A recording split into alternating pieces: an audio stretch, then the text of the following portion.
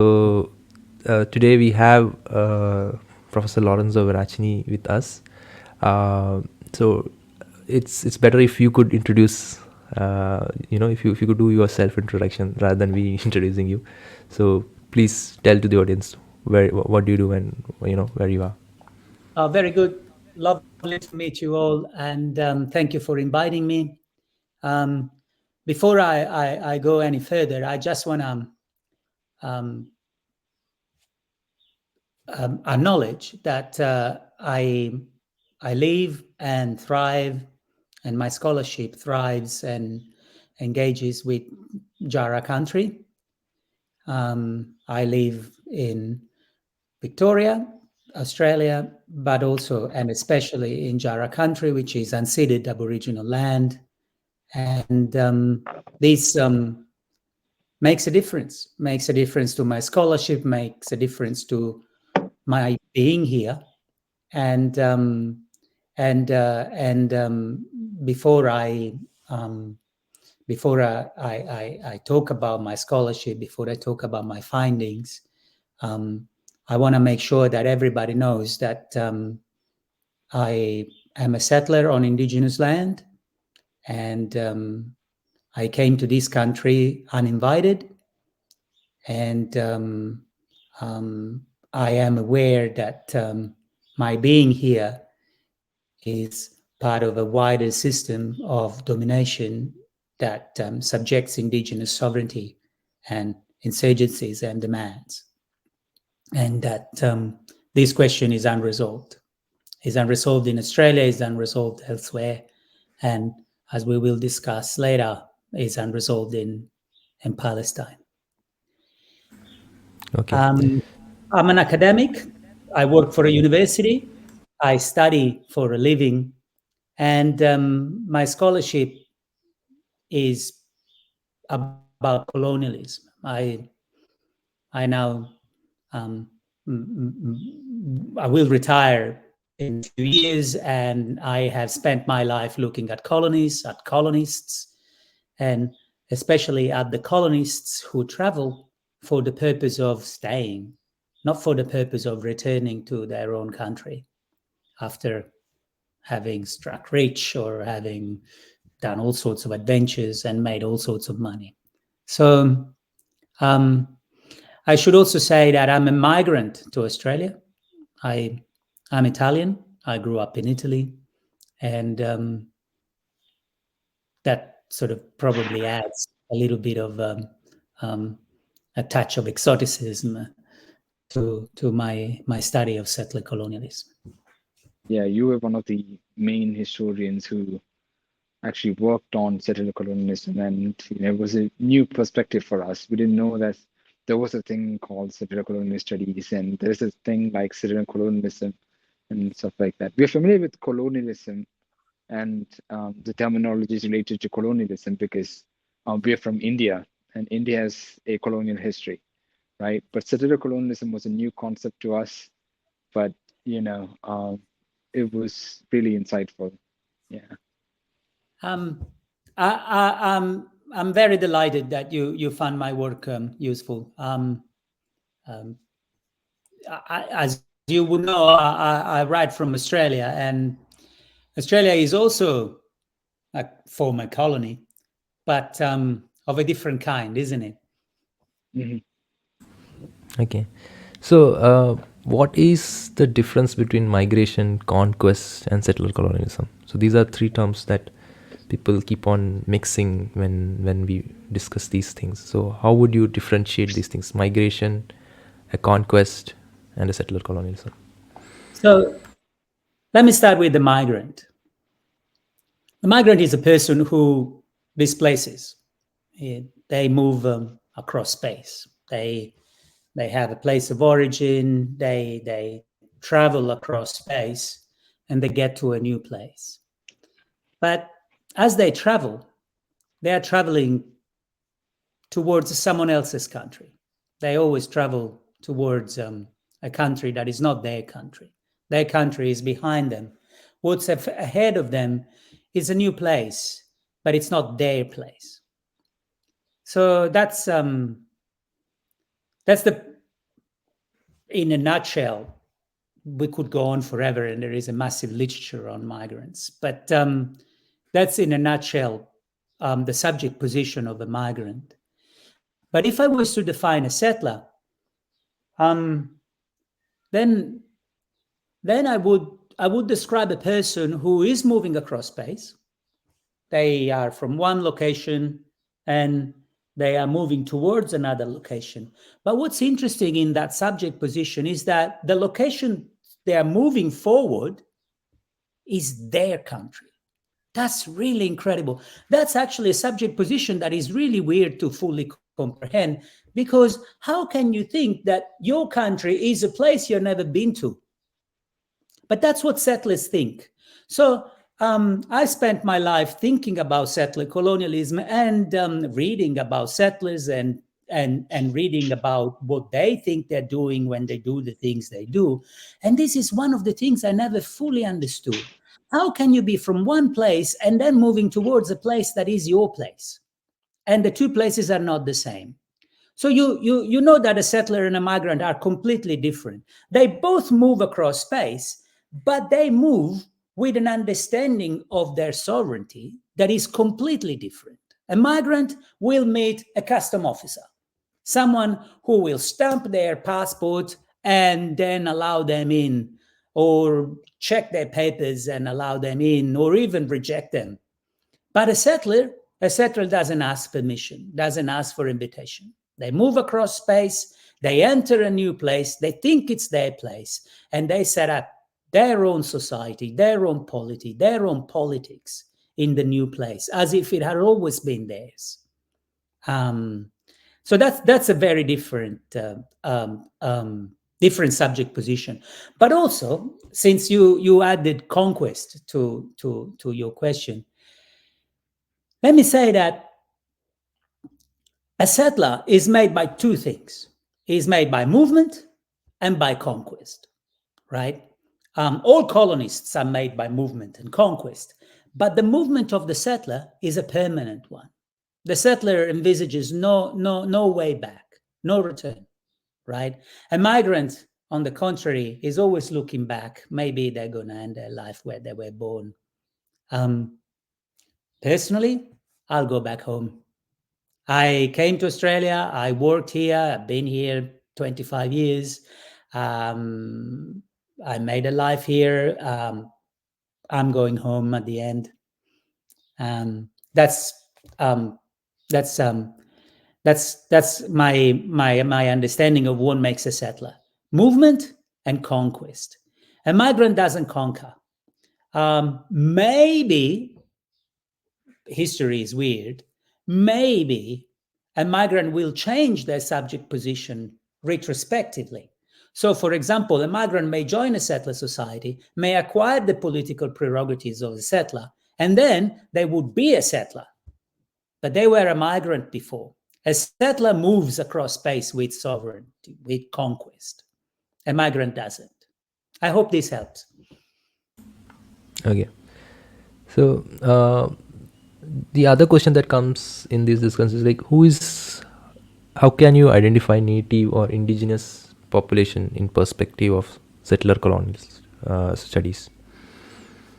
Okay, so that's a corresponding question to the previous one.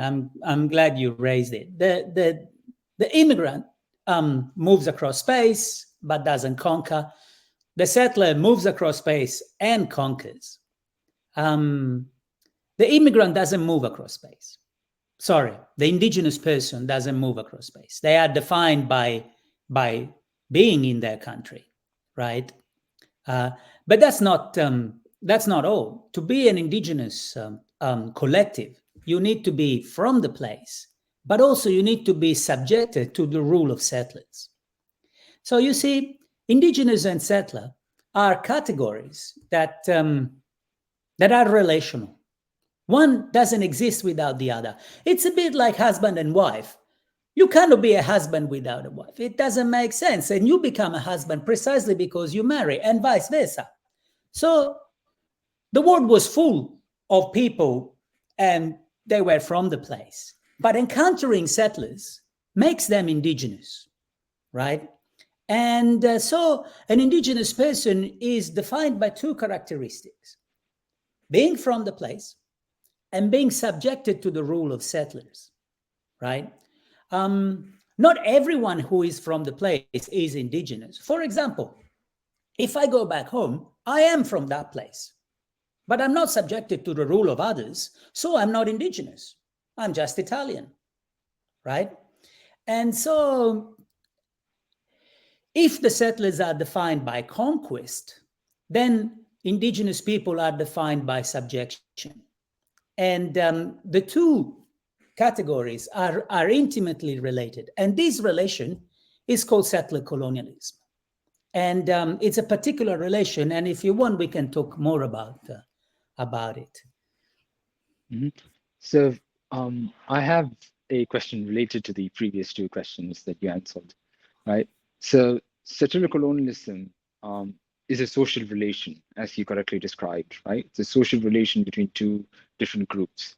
Um, so as I understand it, right, from what I've read in the answers that you gave, essentially, it is a relation of domination by one group by towards another group, right? One group is dominating another group. So what makes migration, conquest, and settler colonialism different is essentially the settlers are moving to a place, right? They're displacing, so just like migrants, they're moving from one place to another, and they are creating a society where there is some sort of domination in place between the two groups, and the group that is being dominated, the group that was settled there and living their life there, these are the indigenous population, right?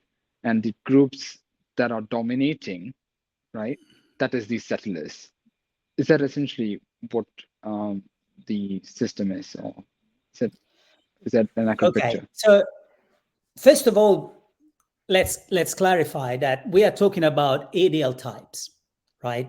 So Mhm. we are talking about abstractions. In reality, all these groups are continuously mixed, right? Reality Mhm. is always complex, and there are always settlers and migrants in the same location, and indigenous people, and subject positionings are shifting, and each history is different, right? Mhm. So what we are talking here is about types, is about abstractions, and Mhm. yes, settler colonialism is a mode of domination, but I should say that there are countless modes of domination, right? Humans are not very kind to each other, and they have invented 200, 300, 400 different ways of justifying someone's domination over someone else.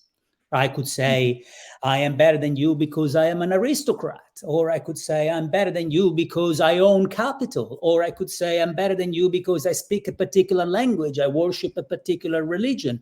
I am better than you because I'm a male. I'm better than you because my sexual desires are that of the majority. I could say so many different ways, right? I could say, I'm better than you because I'm fully able. I am better than you because I am neuronormative. I bet there are so many. All right. If I'm saying I'm better than you because I come from somewhere else, and I'm better than you because I belong to the political structures that the settlers have established, then I Mhm. am justifying ideologically a settler colonial position, right? Mhm. But all these things mix together: nationalism and patriarchy and capitalism and settler colonialism and racism, they mix wonderfully together in reality. But what we Mhm. are trying to do here is to understand the constituent blocks of domination so that we can name them, we can understand them, we can see how they articulate, how they add to each other, how they compenetrate each other, how they help each other, right? So Mhm. if we talk about reality, we have to study a particular location and its history and the various constituencies that live and um, constitute the political life of a place. But if we're Mhm. thinking about ideal types, then settler colonialism is exactly the way you say. There are two constituencies and many others, but mainly two, and one is dominating and one is not. And one is from one location and one is not. And the one that is dominating is the one that comes from somewhere else. Mm-hmm. I hope this helps. Okay. Yeah. Mm-hmm. So, a clarifying question to the previous one. What exactly is the social relation between the settlers and the natives in a settler colonial system, right? What kind of domination exists, between the two categories? Is it, they're deprived, the natives are deprived of their resources? For example, the settlers are in charge of the means of production and the resources and stuff like that, or is it the natives are being displaced from their land, for example? So what kind of domination and what kind of social relationships usually exist between the settlers and the natives in a settler colonial system? Okay, so I hope I can answer this. And the best way to conceptualize this mode of domination is by defining against another, right? So I'm going to talk about colonialism, what in the literature is called classic colonialism. And I'm going to talk about settler colonialism. And by highlighting how they operate differently, I hope I can explain how the social relations in a settler colonial circumstance can be described. So imagine a person, right? A would-be colonizer. They are in their island. Maybe that island has a name that starts with E, England. They are there, Britain, rather. They jump on a boat. They displace across the oceans. They get to a new place, and they are in the new place, and they are powerful. They are conquering, and they meet some locals. And they then say, "Hey, you, work for me."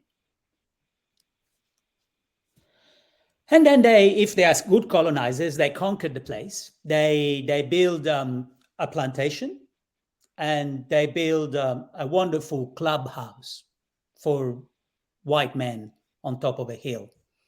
And then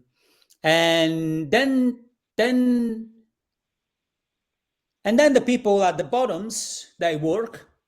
They will cultivate all sorts of things that are then sold in international networks of trade, and their labor would be extracted. And the white men will serve their time in the colony, and eventually they will go home after they have become old or sick or wealthy. And then if these white men talk about within themselves, right, they talk about the future. They say, look, this situation is good.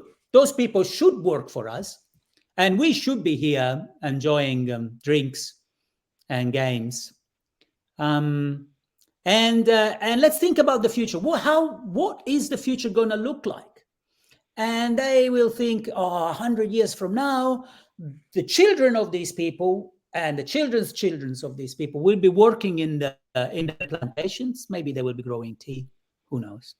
And then our grandchildren, they will be in this clubhouse. They will enjoy this position, right? So colonialism is a mode of domination. It's defined by conquest and by movement and violence, but it wins through its reproduction, right? So in the future, the subject position will be the same, and the subjecting position will be the same, right? Or maybe there will be a nationalist revolution, and there will be decolonization, but then there will be neocolonialism, and the subject position will be reinstated, and the subjecting position will be reinstated. And so in colonialism, it is about reproducing social relationships, right? But I've got a different story, and we get to settler colonialism instead of classic colonialism or extractive colonialism. There is a guy, they are in their island, they jump on a boat, they displace across space, all the same, they get to a new place, and this time they meet the natives, and instead of saying, you work for me, they'll say, you go away, disappear. And if they're good, they're conquering the place, right? We're talking about settler colonialism, so we're talking about conquest. If they're good, they will build a new society, and that man maybe will have a nice cottage with a little veranda in front and a little front yard and a white picket fence at the bottom of the yard. And then at the end of the day, this person will be drinking a beer, and they will be thinking about the future, and they will be thinking, this is good. This is the way it's supposed to be. Even the Bible said that I should go forth and multiply, and this land was awaiting for me. No one was really living here. But at the end of the street in their town, near the bottoms, near the river, there will be a camp of people, indigenous people, and they will be living in a marginal position. They will be living a very hard life. And when the settler looks down and sees them, he's thinking about the future. He will be thinking, these people 100 years from now will not be there. They'll be gone.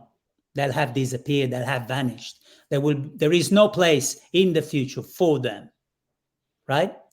So settler colonialism doesn't want the labor of the people, even though they're happy to use the labor of the people for a while. When they think about the future, when they think about what they're doing, they think about disappearing them. They're thinking about a future where indigenous people are no longer there.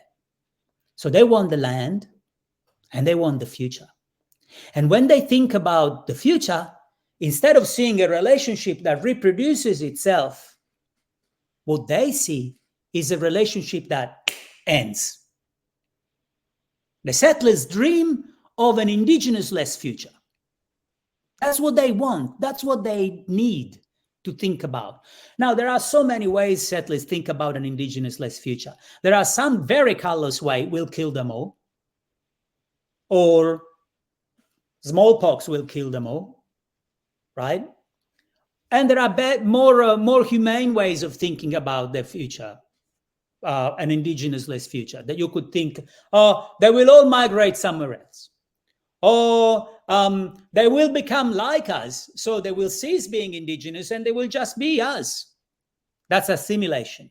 There are so many ways of thinking an indigenous-less future, but settlers always want that.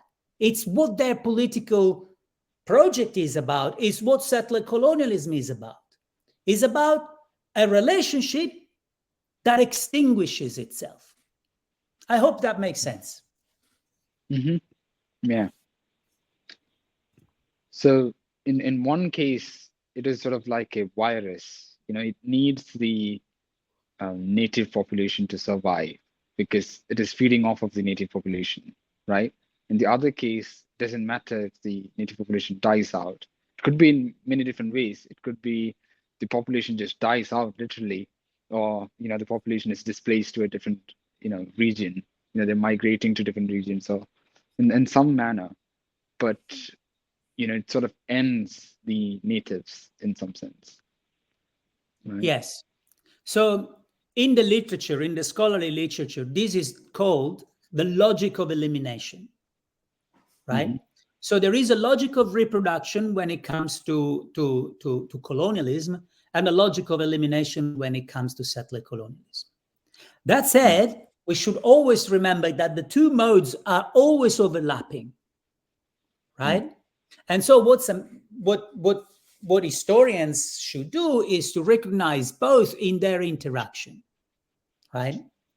And And I should say that the British were thinking about turning parts of India into settler societies, right? They had settlers in Assam, for example, and in other locations, and so even India, that is a country that normally is rarely seen as a site for settler colonialism, um, um, witnessed some settler colonial projects. Also, Singapore was a settler colonial project, and yeah, so history is complex, and in the discussions we have had, we focused on ideal types. But I want to remind everybody that these ideas are only as good as they can frame our understanding. But when it comes to actually studying really existing sites, then things are always complex and nuanced, and there is always overlap in the modes of domination. Okay. So I have another question. Like, so when we discuss the settler colonialism and settler colonial studies, people generally ask, like, what is the purpose of this settler colonialist studies? Like, past is past. Like, whatever happened has happened, and instead of digging into past and creating animosity between current people, this settler colonial studies is just making it worse. What is the relevance of the settler colonial studies? So how would you respond to Look, this? settler colonial study isn't making anything. Settler colonial studies is a scholarship endeavor, and its impact on reality is very limited. So no one is making anything worse. By studying, we are just trying to interpret reality. What should be always remembered is that even though the settler wants an indigenous-less future, that doesn't mean they get it. Their ambition is one thing. What happens in reality is that indigenous people survive and thrive and resist and organize. And after, in many settler society, I'm thinking about Australia, after a long period of demographical decline, indigenous communities started reviving and witnessed a significant increase in their strength, in their cohesion, in their ability to to connect to country, which means to fulfill the obligations that are required of traditional landowners, and so on and so forth. So let's be clear: the past isn't past. The past is what makes the present. The past is in the present, and settler colonialism is definitely defining the present of this country, and as probably we will discuss, also of Palestine. Talking about settler colonialism is not talking about something that is located in the past and now it's done and gone. The reality is that it's not over. What the scholarship on settler colonialism always focuses on is how settler colonialism as a mode of domination is a structure and not an event. It's not located in the past, it's in the present. Indigenous people in the present are contending with settler understandings of politics and sovereignty. Okay. So then let's come to our core of the issue that we are discussing today, like Israel-Palestine issue. So one of the common objections that I see is that you cannot call Israel as a settler colonialist state, because if you look at other settler colonies, you will see that like, for example, Australia, the Europeans had a place to go back. They had a metropole, or they had a mother country to go back, and the same as the case in USA, America, or South Africa. But in case of Israel, the Jews didn't have any place to go back. So you can't say that this is a settler colonial case. So how would you respond to this objection? It doesn't stand up to scrutiny. First of all, it is true that Jews were living in the diaspora, but if you look at the settler societies of the world today, Australia, the United States, Canada, even South Africa, they also were places where the settlers were ingathering from all sorts of locations. Look at the United States. Paine, one of the author of Common Sense, noted that America was a colony of Europe, not Great Britain. So settlers always hail from all over the place, and they gather in the settler colony. So in this sense, the Jews in the diaspora who decided to embrace Zionism and move to Israel are doing what all settlers are doing. Even the French in Algeria weren't just French. They were French, they were Corsican, they were Sardinians, they were Sicilians, they were from Malta, they were from Spain. So a settler project is always about an ingathering, and an ingathering by definition collects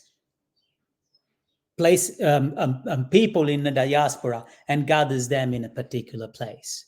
It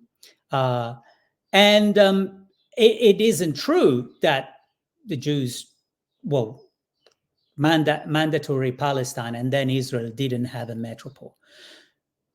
Palestine and Israel were always embedded in a very imperial and colonial geopolitical setting. And the metropole of Zionism as a political project after the Balfour Declaration was London.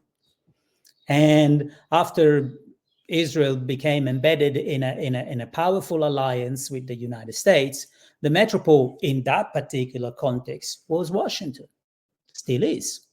So all settlers don't have a metropole, especially because they are moving towards their country. Their metropole is the settler colony. Of course they don't have a metropole, because what happens is that settlers eventually assert their own political independence against what's left behind, right? The Australians did it. The United States did it. They made a big deal with the revolution. Canada did it. New Zealand did it. All settlers eventually assert their independence with the metropole. So I would respond by saying that all settlers don't have a metropole. And in this sense, the Jews that went to Palestine, the Zionists, were behaving just like any other settler. And one good reason to distinguish between colonialism and settler colonialism is precisely to explain why the settlers of Palestine didn't need or want a metropole. So saying that the Jews didn't have a metropole doesn't take into account the structural difference between colonialism and settler colonialism. It's basically like saying Israel is not colonial because it doesn't have a metropole. True. Well, if it isn't colonial, then it probably is settler colonial. Okay. I have a related question to the answer that you just gave. I think people are looking at history from their own little perspectives, right? So when they look at the US, right, what they find is people decide to settle in the Americas from European countries, and they were reporting back to the king, right? And they were sending goods back to the European countries, and they had a constant, communication between the motherland and the new land that they found, right? The Americas. And at some point, they are getting their independence from, this motherland and so on.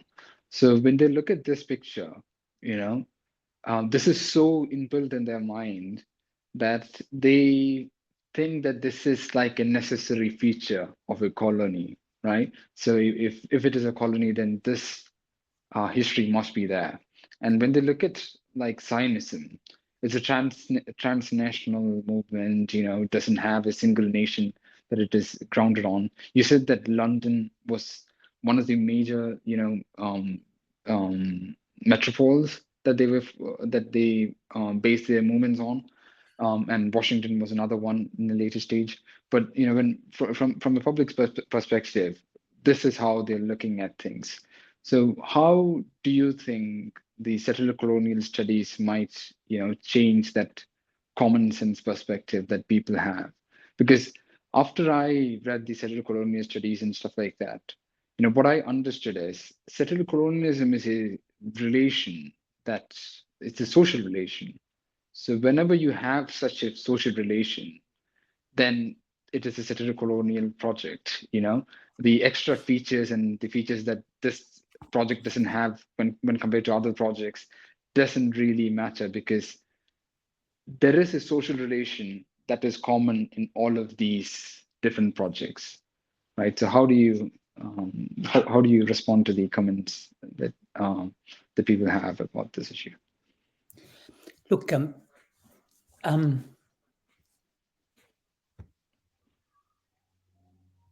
considering two modes of domination in their distinction helps understanding, for example, how post-colonial independence isn't the end of the story. So, I'm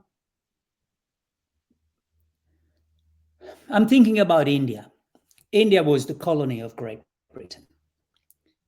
The whole of the subcontinent had been subjugated in a long process, in a drawn-out process, in a very complex process, in a process that engulfed the subcontinent in capitalist modernity, in networks of international circuits of exploitation and trade,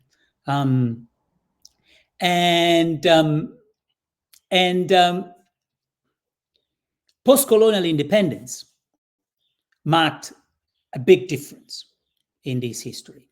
The colonizers had to go, and there was a project of nation building.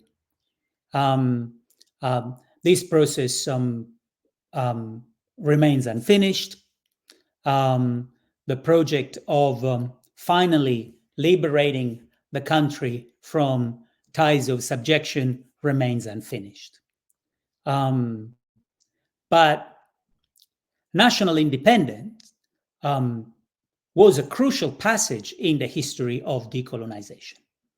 Even if it remains unfinished, the point is that the task at hand would be to give meaning and substantive sovereign powers to the nation to be, to the post-colonial nation to be. In the context of settler colonialism, settler independence is the very opposite. It is an event that entrenches the structures of domination. Because, for example, in Australia, as long as the British Crown was an important source of power, indigenous people could enjoy some protection. When the settlers became independent and all the powers were transferred to their parliament, it met in Melbourne at first and then eventually in Canberra, the subjection of indigenous people was entrenched. The same in the United States. Independence didn't mean the end of colonialism. It actually meant the very entrenchment of the mode of domination that settler colonialism signifies. And the same in Palestine. When Israel became independent, when it won the War of Independence, when the British gave up and left, when they abandoned their mandate, that was the catastrophe for Palestinians. So, for the Palestinian people. So the point here is that colonialism and settler colonialism, behave differently when it comes to post-colonial independence. And so it's very important that people understand the distinction between the two modes of domination in order to understand that what it means for indigenous people, independence, is a completely different than what it means for people that are subjected to colonial rule, right? And so again, what you are raising, it's a very legitimate question. But in a sense, my response is that we should keep in mind that colonialism operates in accordance with a variety of modalities in which one event may acquire one meaning depending on what particular mode of domination we are talking about. Okay. So yeah, then the objection comes that the Zionist intentions were different from the Europeans, because the Zionists or the Jewish people were fleeing from Jewish persecutions, genocide.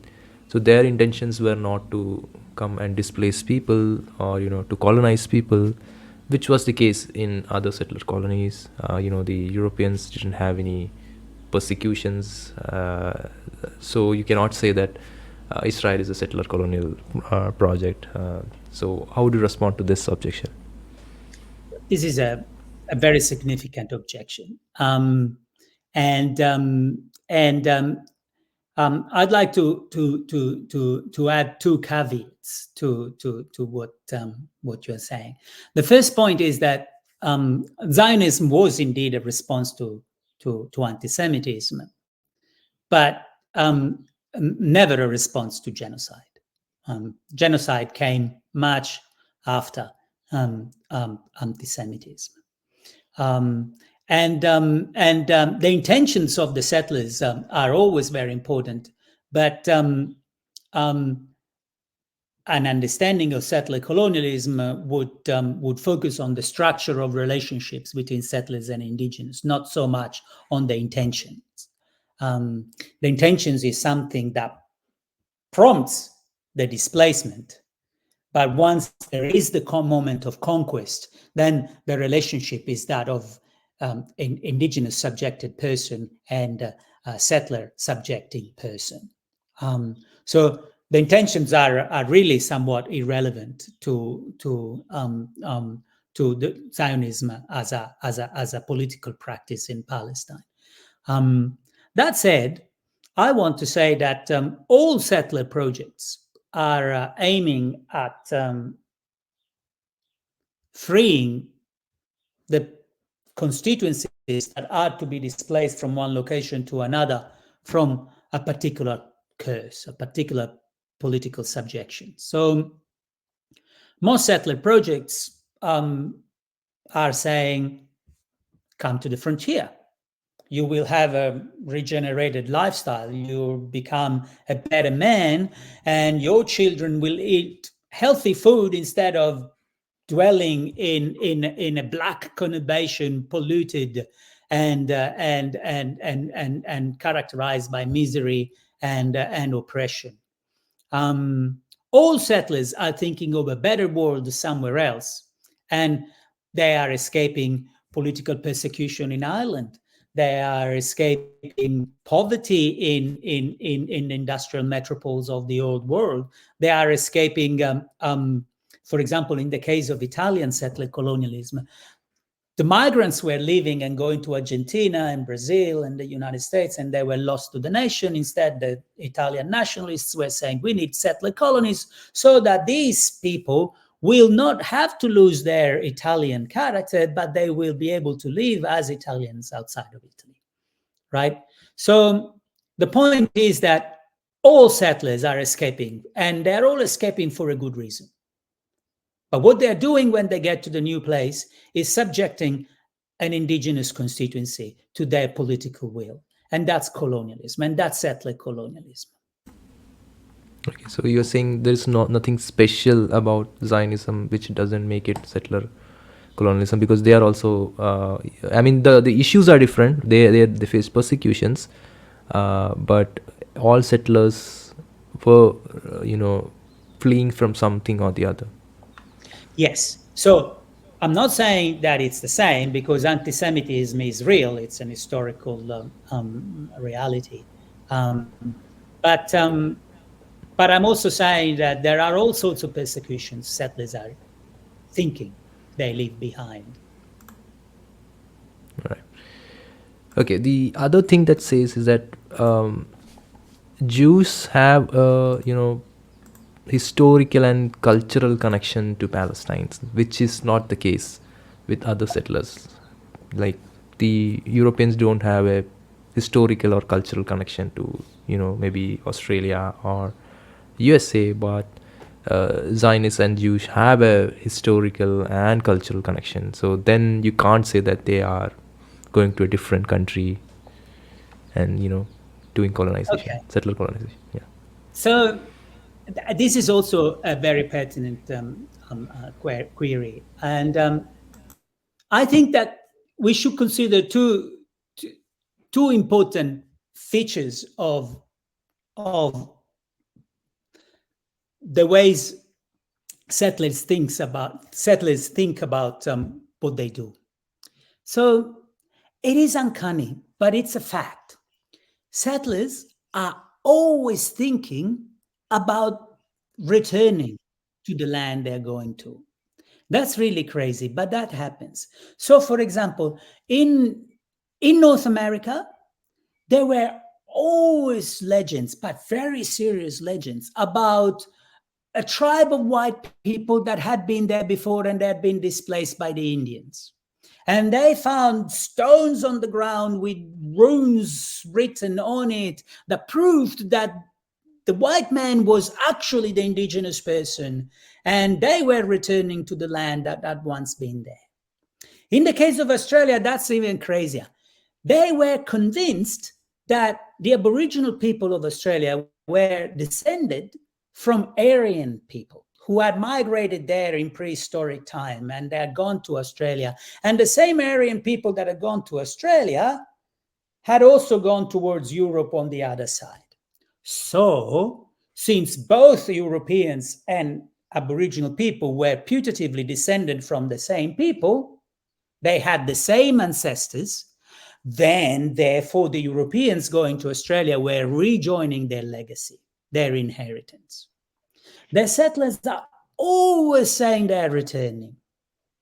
Always saying they're returning. If they're not returning to a particular piece of land they've been to, they're returning to a relationship with the land that they had been disconnected from in the old country.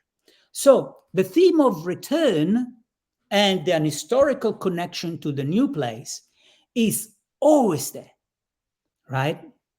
So again, that doesn't make the case of the Jews in Palestine any particularly different than the case of other settler colonies.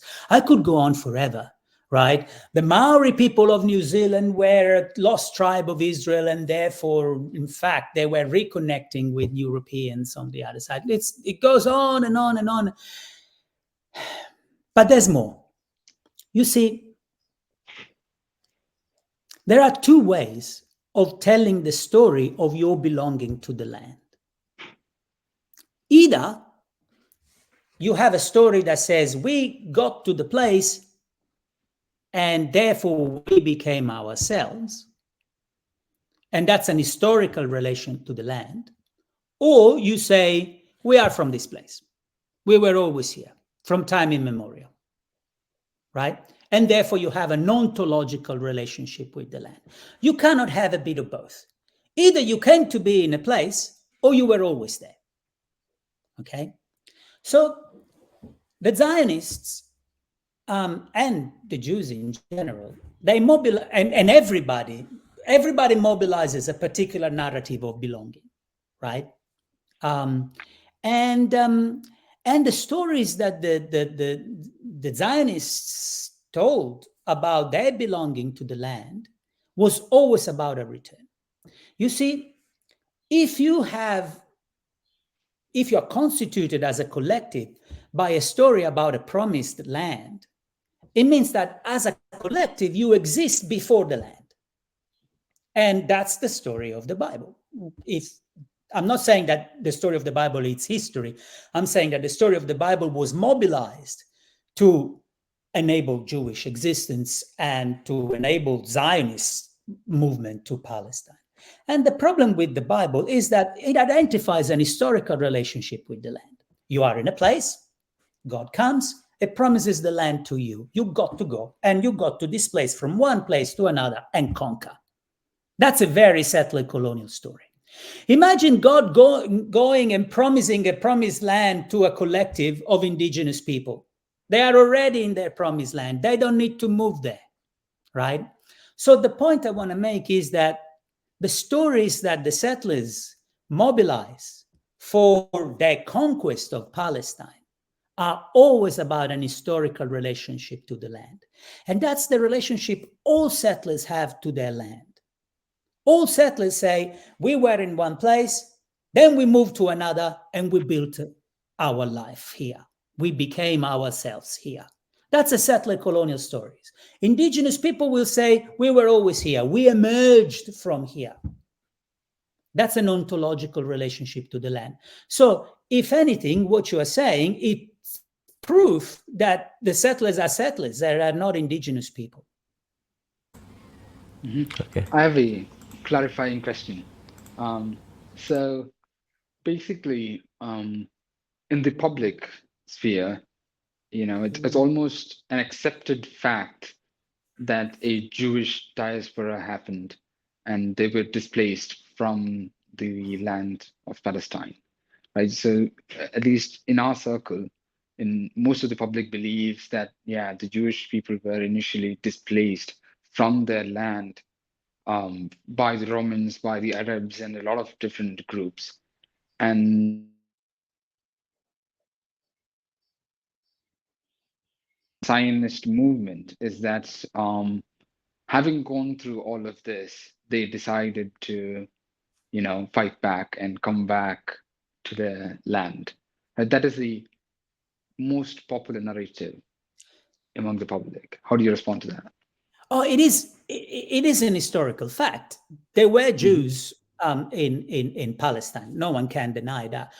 Although not all the Jews of today are descending from people that were once in Palestine. That's very important. There were important moments of conversions, and people that had no connection whatsoever with Palestine converted to Judaism and are now a part of the Jewish diaspora. That's not the point. The point is that once you return to the land and you conquer it, you establish an historical connection to the land, and that makes you a settler if you dominate the indigenous people you encounter there, right? So, going back to the point about the relationship between settler and indigenous person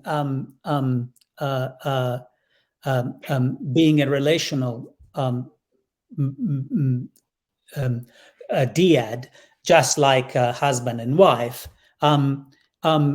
Having once been a wife doesn't mean that you're no longer a husband if you are a husband right now.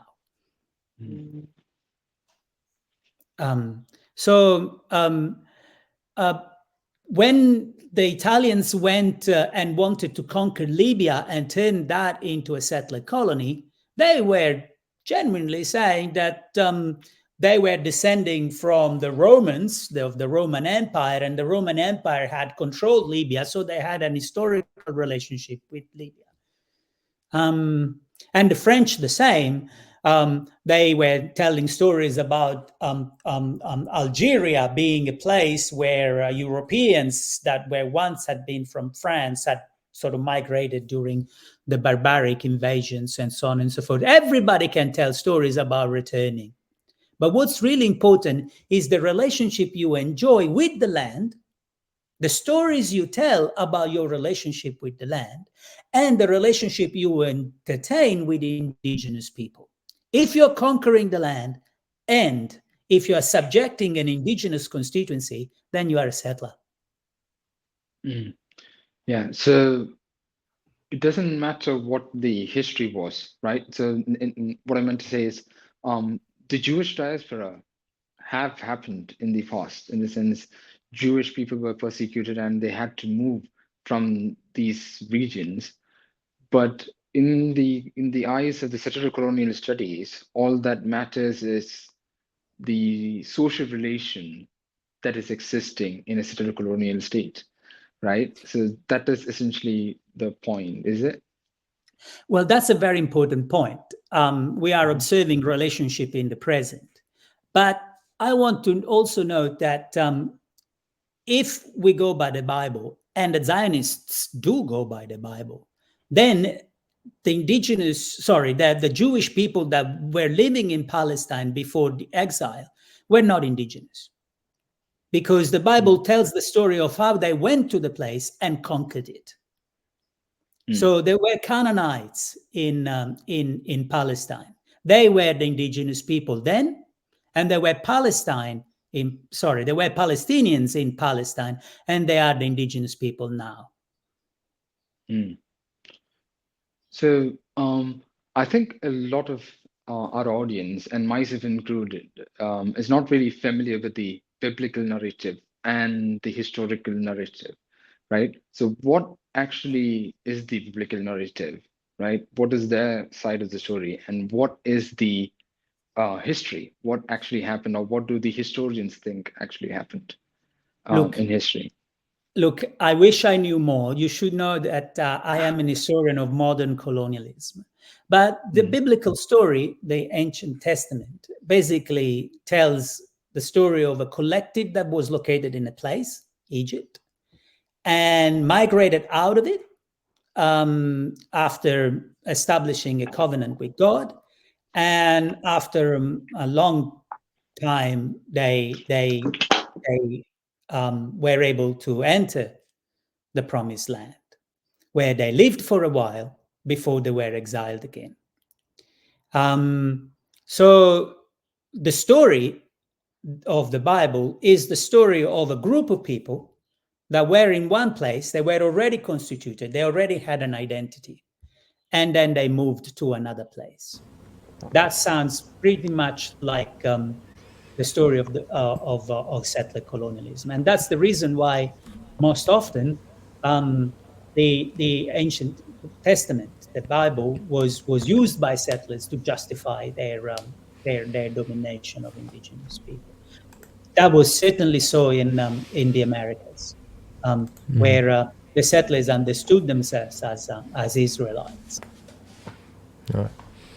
So there's another thing that people say, that they say that the settler colonialist narrative ignores the fact that when this was happening, even prior to Zionist movement, there were Jews living in Palestine. So there were Palestinian Jews who lived there, and people to build a country. So yes, of how do you course. respond to that? Indigenous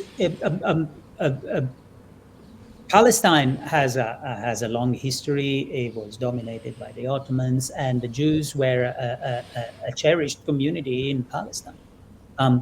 But those Jews were Palestinians in the sense that they were subjected to the rule of others. They were indigenous, and the Palestinian national movement doesn't. It's not defined by a religion, and it welcomes Christians, it welcomes Muslims, it welcomes Jews, it welcomes atheists, because the relationship Palestinians entertain with their country is an ontological relation. It is a Palestinian, whoever is a Palestinian, not whoever has come to Palestine as a Jew because of a biblical commandment or because of a Zionist commitment. So there are indigenous people in Palestine, there are settlers in Palestine, and the overlap between Jews and Muslim is not colliminal with that distinction.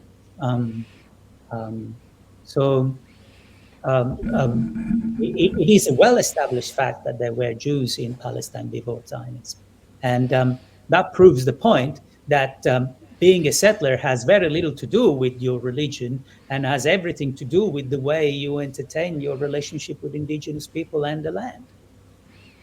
Okay, so you're saying that Palestinian national movement is not just for Arabs or just for Muslims, but Palestinian national movement was at that time for all people, like all Still, Palestinians. Still is. Okay. there, Yeah. there are Palestinians of all religions. Okay. Yeah, that's something that we might need to highlight. Okay. The other thing is this came after when we were discussing this thing, and this is repeated like multiple times that uh, Zionists didn't annex lands. Zionists bought lands legally. So you cannot say that this is a colonialism, because colonialism is like by force you are removing people, but this is like legally spending money, giving money to people and buying the land. So then this is not colonialism. This cannot be settler colonialism, at all. Some lands were purchased. Most lands were confiscated. It is an important distinction, but these lands were purchased by people who had money, and they were sold by people whose title was unclear. You see, most Palestinian peasants were living on land owned by Arab landlords that were living in cities far away, Damascus, Beirut, and so on and so forth. And when the land was sold, it was sold in a fraudulent way because it didn't recognize the ancestral right that Palestinian communities enjoyed with their land. So you know that lands have all sorts of real estate is conveyed, but there are all sorts of liens affecting the land.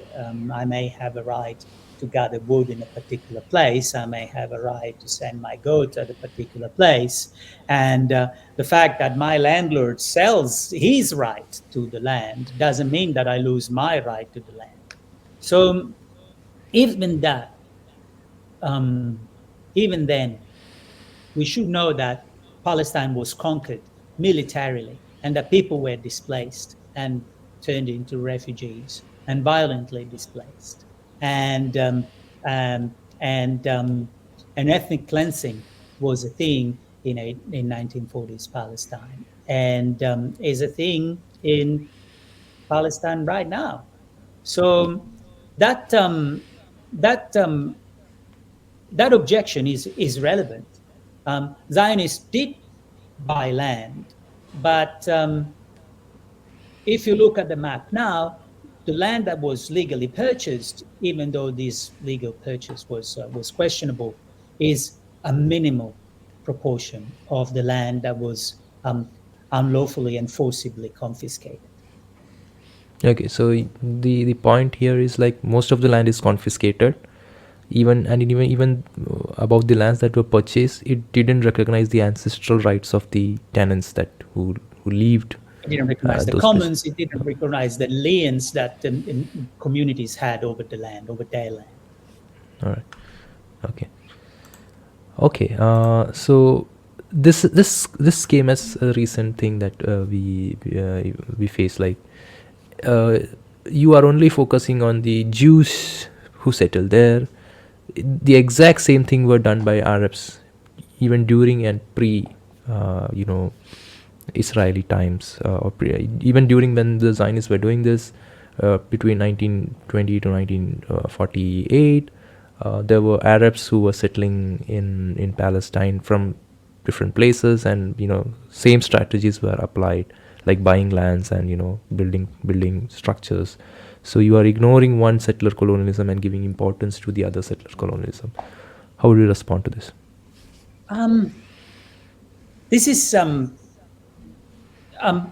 you see, the history of Palestine goes back millennia, right? And the country was invaded and conquered, and the history of Palestine is also the history of population movements of all sorts of kind. But the Arab conquest of Palestine was a type of conquest that was not settler colonial. So the Arabs came in and converted the local population. Not all of it. That's why there were indigenous people that were still of the Jewish faith, and Palestine was transformed, but that wasn't settler colonialism. There was no displacement. The people of Palestine had the choice of converting it. They did, but they didn't have to leave. They didn't leave. It was a violent conquest. It was it established a feudal mode of production. I'm not saying that it was a fair society or a fair conquest. No conquest is ever fair. No violence is ever fair. But that's not settler colonialism. It's not ethnic cleansing. It's not displacing 750,000 people, uprooting them from their homes and never allowing them to return. It's not what we see today. Remember, settler colonialism is one relationship of domination, but there are many relationships of dominations. And the Arab conquest of Palestine was one relation of domination, but it wasn't settler colonial. All right. So you're saying that even during the pre-Zionist movements, and also even when, like, between 1900s and 1948, the Arabs, even though they moved, it cannot be considered settler colonialism because there was no displacement of the natives.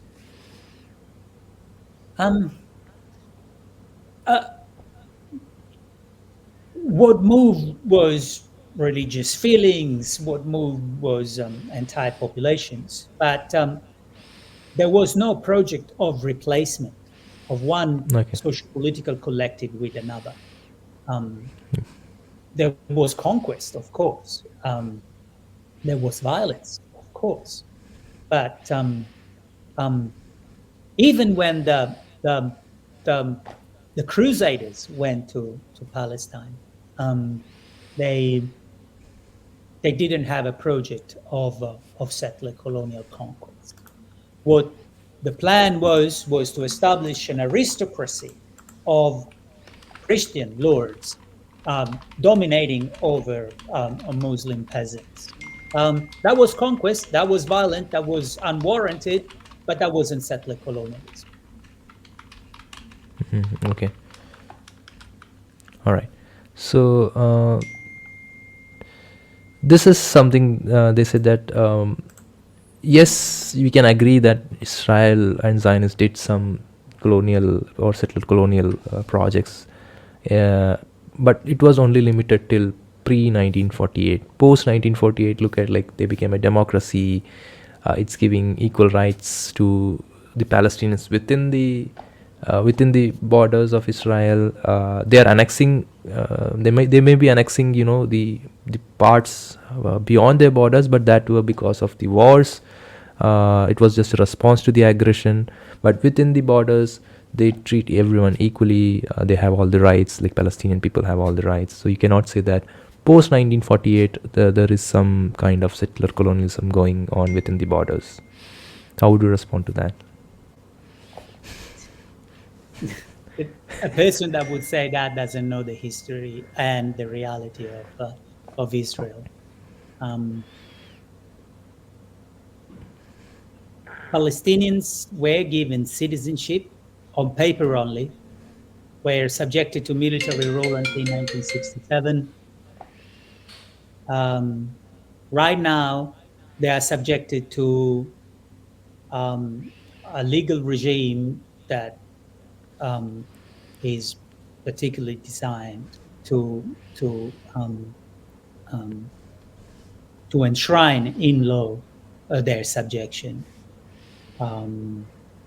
You see, citizenship is something that all Israelis have, including Arab Israelis. But national rights are what define a particular person's relationship to the state and to the institutions of society. I would respond that the best thing to do is to ask Arab Israelis whether they are endowed with full citizenship rights. And as regards democracy, yeah, I don't think so. You see, a democracy is a place where one head equals one vote. You don't have that in Palestine. The geopolitical entity that is controlled by Israel, which includes Gaza, which includes the West Bank, which includes the occupied Golan, which includes the whole of historic Palestine, is a place where maybe 50% of the population has a right to vote. That doesn't feel that like a democracy. So it wouldn't be a democracy if your right to vote was defined by money. It wouldn't be a democracy if your right to vote was defined by your gender. It wouldn't be a democracy if your right to vote was defined by your religion. It wouldn't be a democracy if your right to vote was defined by your nationality. So, do you see any difference between rights between the Palestinians in Israel who are citizens of Israel? Like there are some Israel citizens who are from Palestine, and the Jewish community. Do you see like there's these differences that we can clearly understand to say that hey, this is still a settler colonial state? Yeah, the division, the political rights of the two communities are massively different, and yes, the property of Arab Palestinians are being confiscated today. Their lands are being confiscated today. The Bedouin communities that live in their area are being displaced today. So it is a settler society. That said, it is also a fact that history and Zionism have created many different constituencies of Palestinians. You have the Palestinians in the diaspora. You have the Palestinians in Gaza. You have the Palestinians in the West Bank. And in the West Bank, you have Palestinians subjected to different types of rules, depending whether we are looking at Area A, B, C. And then you have Palestinians in Jerusalem. And then you have Palestinians in Israel. And they all have different political rights. But this variety, if anything, proves that Zionism is in the business of defining who's got rights and who doesn't, who gets to stay and who is targeted for removal, who gets to enjoy the benefit of the law and whose right to appeal to courts is being curtailed, and so on and so forth. So, yes, it is a settler society. Yes, it looks like a settler society. Yes, it looks like the other settler societies, and there's nothing unique about Israel in this sense. Okay, so there is one more thing that they say that the conditions of Palestine currently are because of the aggression from the Palestinian national movements post 1948. Like from 1948, okay, we had some issues. We got the partition plan from UN. We accepted the partition. You guys didn't accept. You kept on, attacking us with the support of other Arab countries, and as part of response, we had to do this. So it's not that we were doing for the sake of doing it. It was just a response to your aggression. So how would you respond to that? There is a conflict. The conflict has a history. I would be interested in defining with you what aggression, how to define aggression, what aggression looks like. because I see Israel as a genuinely imperial polity, a polity that refused to sign peace treaties with its neighbors for a long time, still hasn't signed treaties with its neighbors. It has an undefined um, borders. It was expanding in 48. It was expanding in 56. It was expanding in 67. The settlements are expanding. The areas that are targeted for a future Palestinian state are shrinking. The conflict is ongoing, but I don't know. I see aggression and and um, and I know where it's coming from. Okay. And what are you thinking about the solution? Like people say there's one state solution, then there is a two state solution, and there are variety of solutions which can be categorized in one or two states. And how could settler colonial paradigm help in finding these solutions? Yeah, look, when it comes about history, I stand on firm ground, so I know what I'm talking about. I study, and I'm happy to talk about my reading of history. When it comes about the future, I feel I have very little insight. I wish I knew more, but I don't know. At the moment, what we have is a one-state solution. Except it's not a solution. I am actually really worried about talking about solutions, because a solution seems like establishing a circumstance in which there is no ongoing relationship between Palestinians and Israelis, right? They resolve their issues and they separate. But Israelis and Palestinians are bound to be together in the same neighborhood forever. So I wouldn't talk about a solution. I would talk about arrangements. In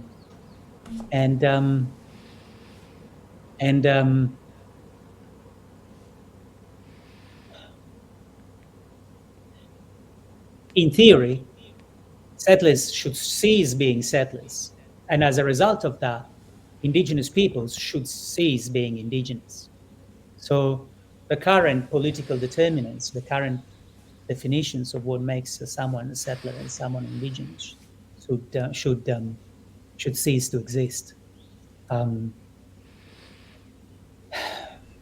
I would say that decolonization is the solution. Does decolonization mean that all the Jews should go back from Palestine? Because this is some concern that people say that whenever you say decolonization, you are saying that all the Jews should be removed from Palestine. I'm not saying that. I'm not for ethnic cleansing,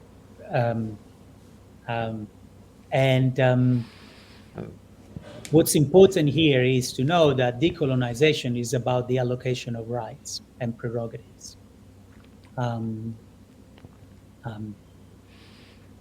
If the settler is made by movement and conquest, decolonization will be the unmaking of at least one of the two. So they could go back, or they could cease being conquering. Yeah, the rearrangement of this relation between. I'd like the second one. Yeah, so it is also more feasible. Yeah, so when you say decolonize, you mean that the social relation between the indigenous and the settlers should change rather than displacement, or yeah. If Okay, I think changes, then we're no longer facing a settler colonial situation. Yeah. Okay. I think it was a wonderful conversation, like too deep, like a lot of questions being thrown, and You patiently answered all. I thought this will be a little bit frustrating for us also, like whenever we are facing these questions. Some questions we feel are like silly enough not to be answered, but still these are some of the questions that people keep on asking, and sometimes it becomes a duty for us to provide a response, to make the narrative correct about, or clear from the biases. Thanks for spending your time, and facing like this 1 hour 20 minutes interview with us. Listen, Pratish, I am a teacher. I love doing this. And it was an absolute pleasure to get to know you and to answer your queries and the queries of the people you've been talking with. An absolute pleasure. Thank you.